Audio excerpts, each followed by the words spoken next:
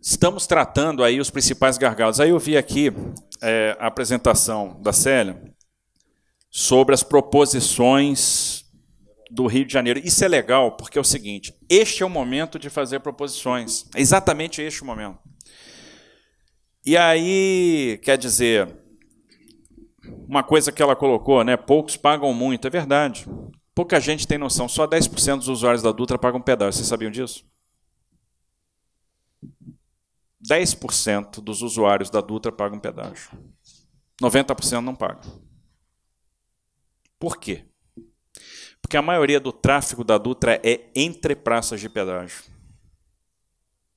De um município para outro que não chega a passar por praças de pedágio. Então a gente precisa trazer um pouco mais de justiça tarifária para a Dutra. E isso vai acontecer ao longo do processo. Nós já estamos dando os primeiros passos para isso. Por quê?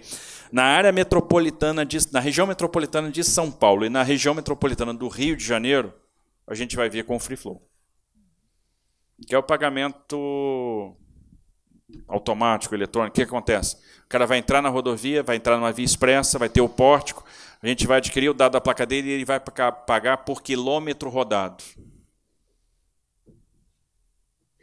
Teve uma confusão agora em Guarulhos. Confusão. O prefeito de Guarulhos disse, não aceito praça de pedágio em Guarulhos. Não tem praça de pedágio em Guarulhos. Lá tem uma via expressa, tem um Free Flow. E nós vamos botar lá R$ 1 bilhão em vias marginais. Então, o que acontece? O cara que não quiser pagar pedágio, ele vai usar a via marginal. E vai estar melhor a via marginal, que hoje ele gasta 37 minutos para fazer São Paulo. Guarulhos, ele vai gastar 22. Se ele quiser pegar a via expressa, ele vai gastar 14. E vai pagar pelo que ele usar da rodovia. Como é Free Flow, paga por quilômetro rodado, ele vai pagar R$ 1,50. Na marginal ele não paga. Na marginal ele não paga nada. Isso vai acontecer no Rio de Janeiro também. E um dos pleitos do Rio de Janeiro, da Secretaria de Transportes, foi mais marginais, mais terceira faixa. E nós estamos atendendo. Então, nós já colocamos os 30 quilômetros de marginais para dentro e estamos vendo onde é que cabem mais marginais. As marginais são importantes para acabar com uma preocupação que ele me colocou antes, que eu não sei o nome dele, Caio. Poxa, mas e os moradores entre municípios? Então, ele vai pela marginal, para não pagar o pedágio. Quando não tiver jeito e ele tem que passar por uma praça, por uma questão de fuga, etc., nós vamos ter o desconto para o usuário frequente. Ou seja, quanto mais você usa a rodovia, menos pedágio você paga. Significa que se você usa a rodovia todos os dias, no final do mês você vai pagar 20% do valor da tarifa. Que é outra novidade. Desconto para o usuário frequente é outra novidade. Não tinha isso. Né? A questão da Rio Santos, a gente está fazendo força para botar para dentro. Porque quando o pessoal começou a reclamar, não quero pedágio, não quero pedágio, a primeira reação do presidente foi, então tira Rio Santos. Porque senão vai ter pedágio na Rio Santos, não sei o quê. Gente, assim, alguém concorda em não ter a Rio Santos dentro da concessão? Sinceramente. E não duplicar Rio Santos? Faz sentido isso na cabeça de alguém? Nós temos que brigar pela Rio Santos. Nós temos que brigar porque lá também vão ser bilhões de reais investidos, vai ser emprego, vai ser ISS. Agora, é possível botar a tarifa sazonal na Rio Santos? E vamos fazer. Então, nessa hora da audiência pública é que a gente vai construindo o modelo. Então, as sugestões são importantes e a gente vai incorporando, porque também nem eu, nem minha equipe, nem o Banco Mundial, que conhece isso à beça, é dono da verdade. E é da oitiva, é de ouvir as pessoas que a gente vai aprimorando o modelo, vai aprimorando aquilo que a gente vai prestar de serviço. Então, nós estamos colocando as vias marginais. A questão da taxa interna de retorno é uma questão que está sendo estudada pela equipe. A gente já está fazendo atualização com o Ministério da Economia. A situação do Brasil melhorou? Melhorou. Risco Brasil melhorou? Melhorou. Agora, existem outras questões que levam em consideração a composição da taxa interna de retorno, que é um misto entre custo do capital próprio e custo do capital de terceiro, que ainda elevam, né, essa taxa interna de retorno. Então, a gente precisa... o Brasil ainda é um país arriscado. O Brasil não está no OCDE, o Brasil não tem investment grade, e a gente precisa puxar esses caras para cá. E se eu não remunerar esses caras, eles não vêm. Eles têm que perceber o seguinte, esta alternativa de investimento é melhor do que as outras todas que existem no mundo. E o que não falta é projeto no mundo. Os nossos projetos concorrem com o projeto da Colômbia, com o projeto do Chile, com o projeto do Equador, com o projeto dos Estados Unidos, que estão fazendo muitos investimentos em infraestrutura, com projetos da Europa, do mundo inteiro. E a gente tem que ter a capacidade de trazer o investidor para cá. Porque mesmo as empresas nacionais contam com funding, contam com recurso estrangeiro. Se você pegar a CCR, por exemplo, que hoje administra a Dutra, ela tem vários acionistas que são fundos de investimento americanos. E se eles não tiverem fôlego financeiro, eles não entram. Nem eles, nem ninguém. Se pegar a Eco, que é outro parceiro que está aí, que disputa leilão, tem capital estrangeiro. Um braço da Eco é italiano. E a gente tem que ter capacidade de trazer isso. No entanto, nós estamos ali trabalhando com a economia para ter padrões de risco. E aí, maior nível de risco, maior TIR, menor nível de risco. Em risco intermediário, TIR intermediária. Risco baixo, TIR baixo. Mas isso também está sendo estudado. Então, vocês percebam o seguinte, não tem nada que esteja sendo colocado que a gente não esteja considerando.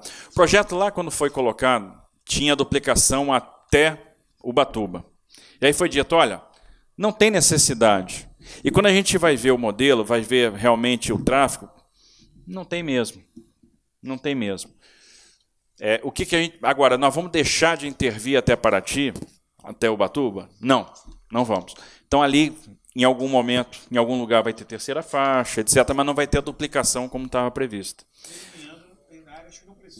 E a gente aí diminui bastante o CAPEX, e isso, obviamente, vai ter um reflexo na tarifa. Porque o nosso objetivo também é chegar neste equilíbrio. Investimento, tarifa. Investimento, tarifa. Porque se eu também quero a tarifa mais baixa do mundo, eu vou zerando o investimento lá de cá. A Dutra é a maior rodovia do Brasil, a rodovia mais movimentada do Brasil. Em pouco tempo ela está exaurida. Aí vai todo mundo me xingar daqui a 3, 4 anos. A gente precisa, e esse é o desafio, de pensar 30. O contrato tem que ter mecanismos para isso. Que a gente consegue ainda modelar com muita precisão, né, os 5, 6, os 10 primeiros anos. Mas ver 30 anos na frente é difícil. Então, o contrato ele tem que ter bons mecanismos de resolução de conflitos, ele tem que ter bons mecanismos de equilíbrio econômico-financeiro, possibilidade de inserção de obra. A gente está deixando o contrato estruturado, por exemplo, para a gente botar free flow na rodovia inteira. Hoje a gente não consegue, então a gente vai começar com as áreas urbanas, a região metropolitana do Rio de Janeiro, a região metropolitana de São Paulo, aonde a gente tem condição de estabelecer via expressa. Não vamos fazer isso na Dutra toda, porque são 600 acessos. E a gente não conseguiria fazer. Enfim, estou falando de maneira geral, o que a gente vai ter? Outra preocupação. Serra das Araras. Lá atrás não foi feito. Gente, completamente diferente. Está previsto, vai ser feito, né? Porque esses contratos eles têm muito mais mecanismos que obrigam o concessionário a cumprir o contrato. Tem muito mais enforcement do que aqueles contratos lá no passado tinham. Observe que o governo está endurecendo, todo mundo que ficou inadimplente lá atrás ou vai ter caducidade ou está devolvendo o contrato de concessão. Vocês vão ver várias concessões sendo devolvidas agora. Então, ela vai ser feita, está prevista, vai ficar um negócio sensacional, porque nós vamos ter 4 faixas indo e 4 faixas voltando. Né? O que é subida hoje vira descida amanhã, com 4 faixas, a gente vai construir uma subida nova. Então, vamos ter uma nova subida na Serra das Araras, e então essa duplicação da Serra das Araras vai ser feita. Isso vai melhorar muito a segurança na serra, a gente vai poder subir ou descer a 80 km por hora. Que vai ser a velocidade diretriz. Não corram porque dá problema, né? Enfim, então vai ser feito. Esse negócio do cronograma de obra, isso é uma coisa importante. Que o pessoal pensa o seguinte, assinei o contrato, tem que ter obra amanhã. Não é assim que funciona. Pelo seguinte, Então, como eu falei, por exemplo, a concessão da Dutra são 32 bi de investimento. Você acha que o cara tem em caixa 32 bilhões de reais? Não tem. Então, ele vai precisar contratar uma operação de crédito, ele vai precisar ir no mercado, obter funding. Ele vai precisar gerar algum caixa antes de começar a fazer os investimentos. Então, como é que funciona? Isso é em todo contrato de concessão. Assina um contrato, tem uma fase inicial, o primeiro ano, que são de trabalhos iniciais e trabalhos emergenciais. O que esse cara vai fazer? Ele vai fazer a manutenção, ele vai corrigir o que está com problema, ele vai consertar aquela encosta que está para cair, ele vai rever problemas de pavimento, ele vai fazer encabeçamento de obra de arte que não foi feito, ele vai refazer a sinalização, isso é o trabalho inicial. Nesse período, ele começou a gerar caixa e está indo no banco para pegar a operação de crédito. Quanto tempo leva uma operação de crédito dessa? Às vezes a gente não tem noção. 1 ano, 1 ano e meio, é o tempo que você leva para obter um financiamento deste longo prazo. Você vai pegar o empréstimo de alguns bilhões de reais. Você vai emitir debênture, e tem todo um protocolo, tem uma série de passos para você emitir um papel, negociar esse papel. Então, para obter o financiamento, então não adianta estrangular o cara no início. E aí, então, os investimentos pesados vão começar lá no final do segundo ano, no terceiro ano. Então, a gente começa a ter investimento pesado no terceiro ano de concessão. E é assim, toda concessão é desse jeito, porque nós temos esse período de obtenção de funding. Aí o pessoal, alguns pleitos, né?